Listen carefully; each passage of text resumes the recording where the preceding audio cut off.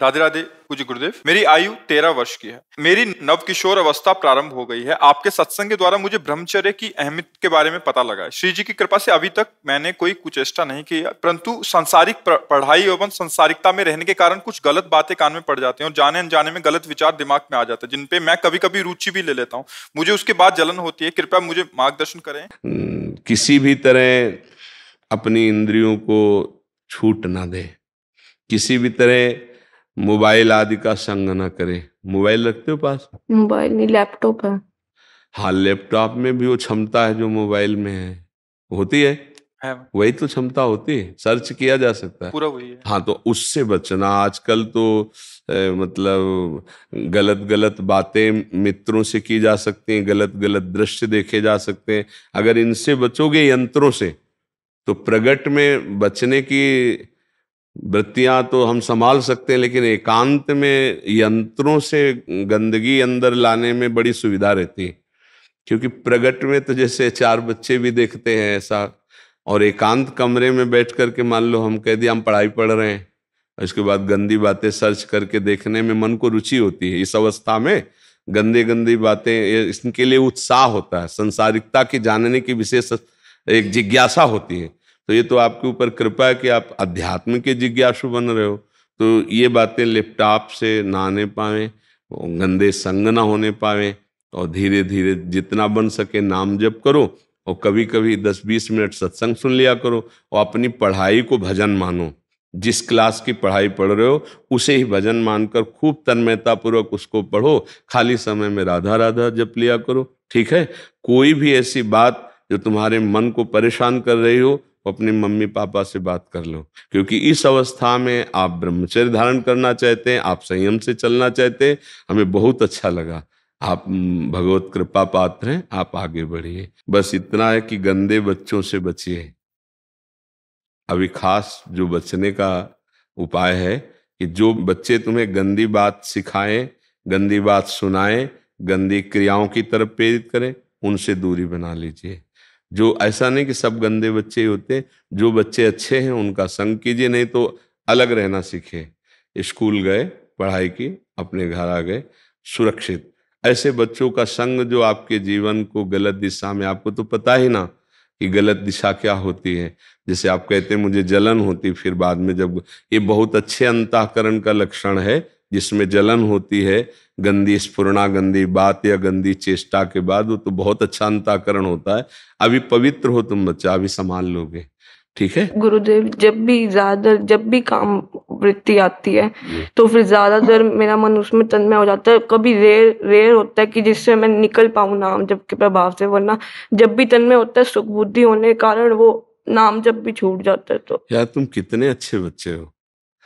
इस अवस्था में मतलब युद्ध करने की भावना आ जाना काम से, बहुत कोई पूर्व जन्म का तुम्हारा तप रहा है, भजन रहा है, जो तुम्हारे ऐसे विचार हैं, उस समय बच्चा बचा जाता है एकदम हटा के, मन में नहीं जपा जाता।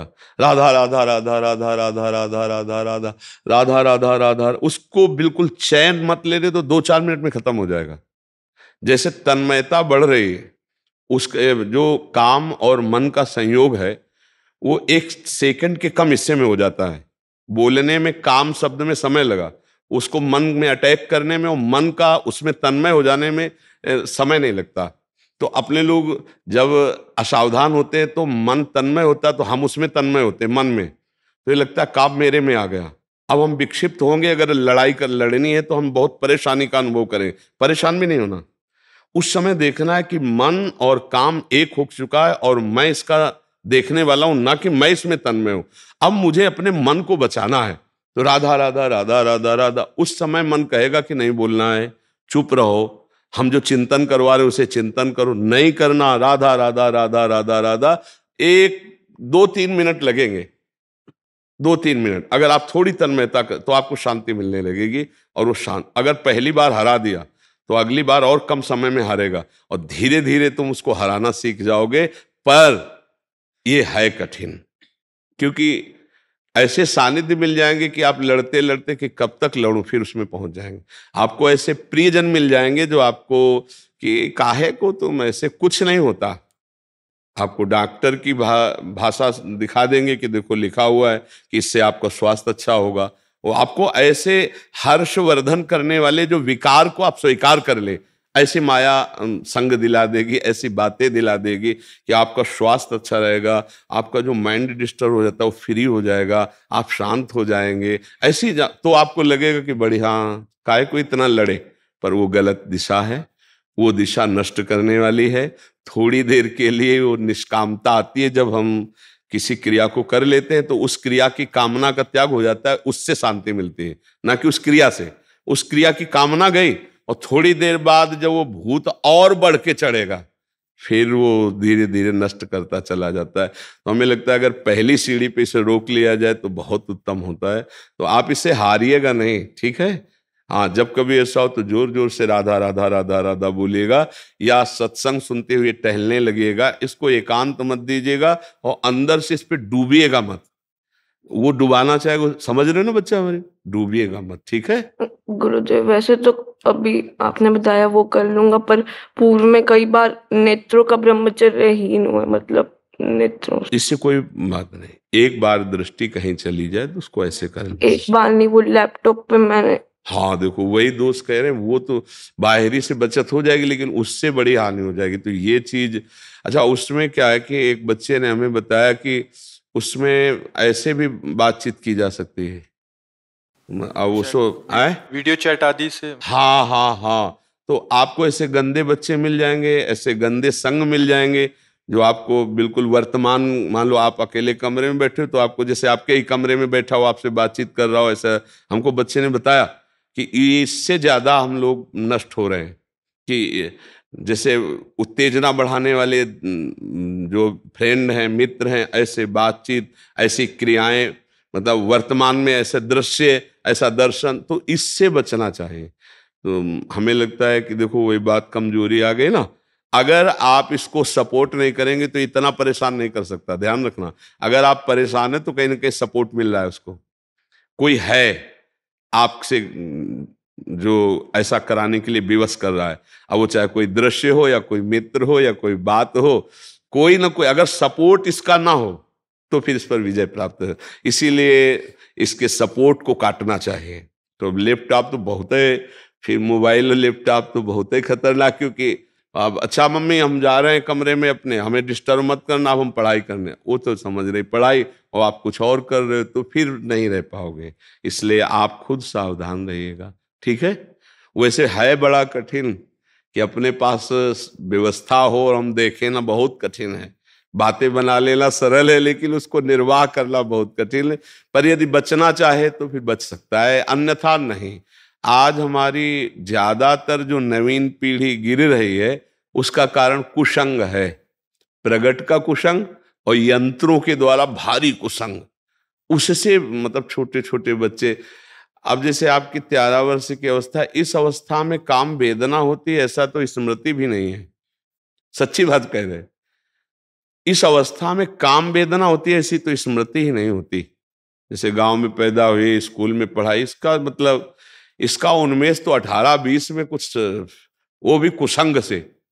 तो अभी जैसे छोटी अवस्था तो इसका मतलब कुसंग हो गया, इसलिए ऐसी नहीं। ये वेदना वाली अवस्था थोड़ी, ये तो खेलने कूदने की अवस्था होती नहीं। 12-13 ये अवस्थाएं तो बहुत ही पवित्र अवस्थाएं होती हैं।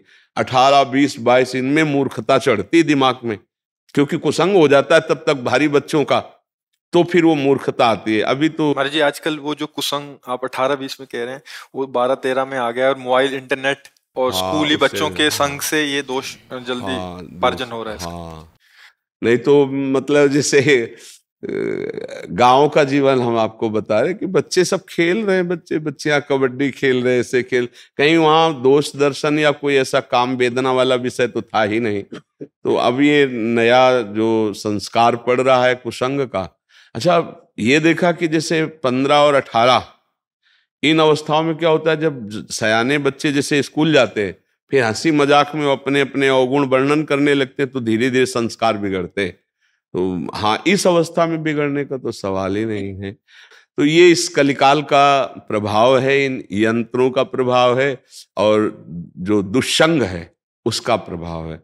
इसीलिए बहुत भयावह मतलब आगे समय धीरे धीरे आने वाला है, क्योंकि हमारी जितनी नवीन पीढ़ी है वो जैसे दीमक लग जाए ना छोटे पौधे को, ऐसे है। अब जैसे इन बच्चों के संस्कार बिगड़ जाएं और अभी परिपक्व इनका जीवनी शक्ति है नहीं, सप्तम धातु वीर्य परिपक्व नहीं है, तो अब जैसे 20-22 तक ब्रह्मचर्य रहे तो गृहस्थी में जाएं भी तो भी इनकी हानि नहीं होगी, क्योंकि परिपक्व हो गए 20-25 तक परिपक्व। जैसे गेहूं की फसल देखिए, अगर आप जानते हो, तो गलेथ कहते हैं, जब बाली निकलने को होता है, अगर उस समय काट लो तो एक दाना भी नहीं होगा, और 15 दिन 20 दिन रुक जाओ, वो बाली आ जाए परिपक्व हो जाए तो मनोअन्न होता है। ऐसे ही ये जैसे नव किशोर अवस्था है और 20-22 तक ब्रह्मचर्य, और फिर अगर गृहस्थी में जाना है तो उसका ब्रह्मचर्य परिपक्व हो गया तो वो गृहस्थी में बड़ा सुंदर गृहस्थ बन जाएगा, और आखिरी में पूर्व में ब्रह्मचर्य रहने का अभ्यास है तो आखिरी में ब्रह्मचर्य रह जाएगा और उसका जीवन मंगलमय हो जाएगा।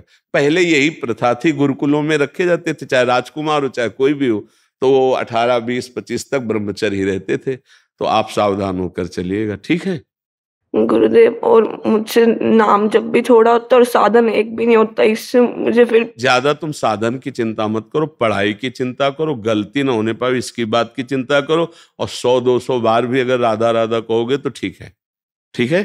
बस आप ये बात ध्यान रखना, अपने मन की कोई गंदी बात रखना नहीं, चाहे मम्मी पापा से बता देना, चाहे कभी यहाँ करके बता देना, तो वो अगर रखी रही तो फिर गड़बड़ कर देगी, ठीक है। बहुत अच्छे बच्चे हो, धन्यवाद तुम्हारा। जीवन भगवान कैसे परमार्थ की तरफ ले रहे हैं। अगर ये गृहस्थी में भी जाना है, वैसे विचारवान रहोगे ना तो बहुत अच्छे गृहस्थ बनोगे जी। नहीं, हमें बहुत अच्छा लगा बच्चा, तुम्हें हृदय से हम सपोर्ट करते हैं, बस अच्छे भाव से चलते रहना, कोई गंदी बात मत करना, ठीक है। बहुत अच्छे बच्चे हो, इस अवस्था में तुम परमार्थ की बात समझना चाहते हो, सावधान रहना चाहते हो, बड़ी कृपा आपके ऊपर है, ठीक है। हाँ, अच्छे से राधा राधा।